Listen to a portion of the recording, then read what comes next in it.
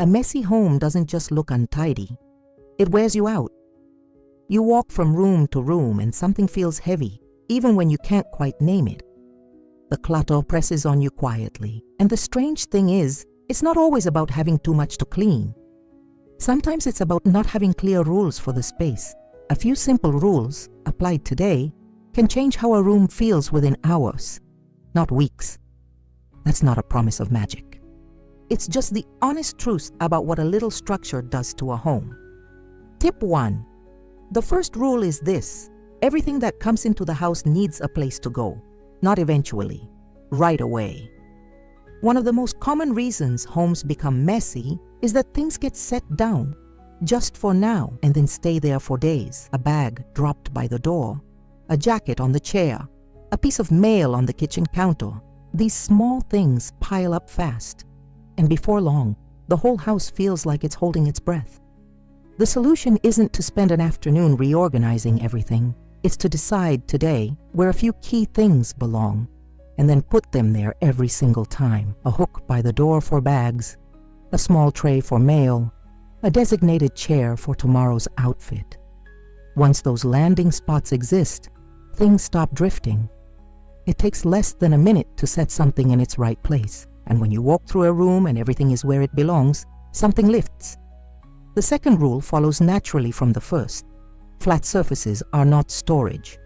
Counters, tables, and shelves should hold only what belongs there by purpose, not by accident. Clear those surfaces today and you'll feel it immediately. Tip 2. The third rule is one that changes everything once you practice it. Tidy as you go, not when the mess is already large. Most people wait until a room looks bad before they do anything about it. But that approach means you're always cleaning up after a problem that has already grown. The tidier way is quieter. You finish folding a blanket and you place it back. You use a cup and rinse it before leaving the kitchen. You take the item upstairs when you pass by, rather than leaving it at the bottom of the stairs. None of these take more than a few seconds, but they prevent the pileup entirely. The fourth rule lives right alongside this one. Never leave a room empty-handed. When you get up from the sofa, look around. Is there a glass to bring to the kitchen? A book to return to its shelf? A piece of clothing to take to the bedroom? This small habit, practiced gently over a few days, means that rooms stay tidy almost on their own. You're not doing extra work. You're doing the same work earlier while it's still small. The house never gets a chance to become a project. Tip 3. The fifth rule is about honesty. If something doesn't have a place, it either needs one or it needs to leave. Clutter often builds because we keep things without deciding what they are. A bag of old magazines, a pile of items that might be useful someday, boxes tucked in corners. These things stay because no decision was ever made about them. The rule is not to throw everything away. The rule is to make the decision. If it belongs, give it a place. If it doesn't, let it go. You don't have to do the whole house at once. Choose one corner, one drawer, one shelf. Clear it. Decide about each thing honestly. That small act frees up not just physical space, but mental space too. You stop carrying the weight of all those unresolved things. A cluttered corner is also a nagging thought, even when you're not looking at it. The moment you resolve it, you feel the difference.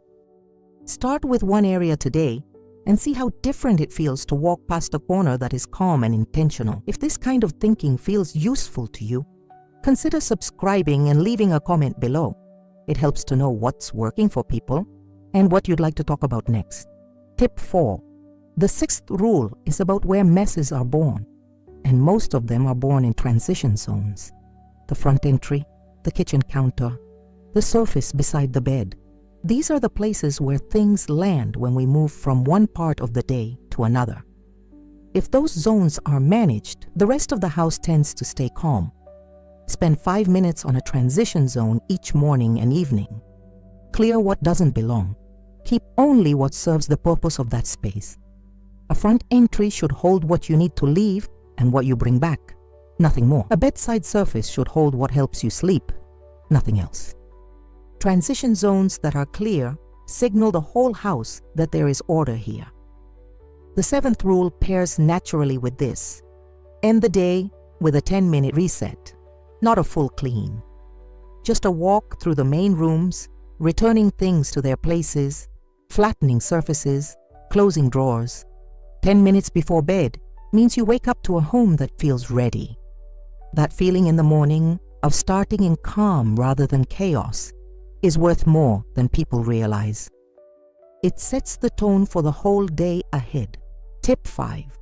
The eighth rule is one of the gentler ones, and also one of the most freeing. Stop waiting for the perfect moment to put things away. There is no perfect moment. There is only now when the thing is still in your hand.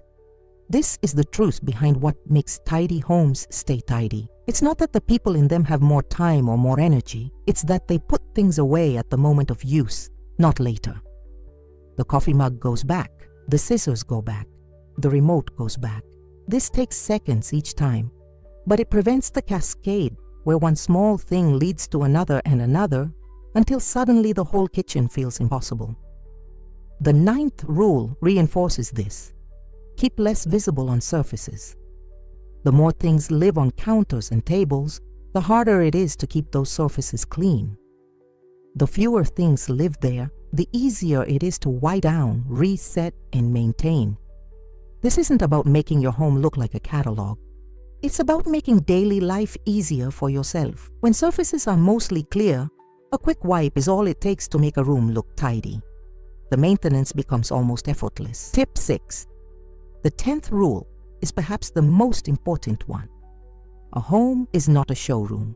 It is a place to live, and the goal is not perfection, it is ease. Many people feel overwhelmed by tidying because somewhere along the way, the standard became impossible. A real home has a book left on the table, a sweater on the arm of a chair, a plant that's a little uneven. These things are not failures. The goal is to feel at ease in your space, not to achieve something that must be maintained at all times. The 10th rule means releasing the pressure to be perfect and replacing it with a commitment to be intentional. Intentional about where things land, intentional about what stays, intentional about how you move through your home each day. That shift from pressure to intention is what makes these rules feel like relief rather than burden. A tidy home doesn't demand perfection. It only asks for a little consistency, applied gently and without judgment. A calm home doesn't come from one long Saturday of cleaning. It comes from small rules practiced quietly, day after day. Some days will be tidier than others. That's perfectly fine. What matters is returning to the habits when you drift without drama and without guilt.